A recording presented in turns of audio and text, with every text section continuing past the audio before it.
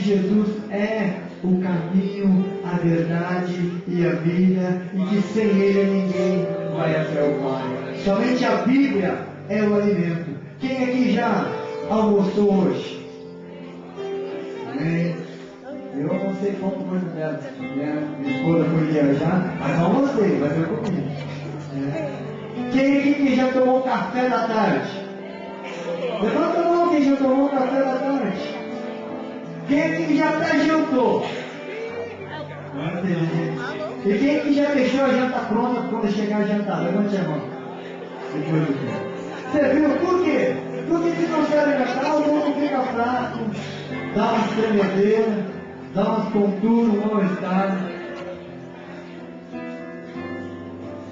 Aqui está o alimento da vida espiritual, da sua vida com Deus. Sem esse alimento não tem vida.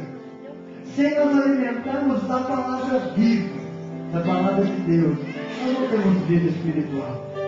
Não tem vontade de orar, não tem vontade de louvar, não tem vontade de buscar a presença do Senhor. Então, como você se alimentou hoje, churrasco, costela, frango assado, pão com mortadela, mas você comeu, louvado seja o nome do Senhor. Agora vamos comer a palavra do Senhor. Amém? Salmo 113 diz assim a palavra do Senhor: louvai ao Senhor, louvai servos do Senhor, louvai o nome do Senhor, seja bendito o nome do Senhor desde agora e para sempre, desde o nascimento do sol até o acaso.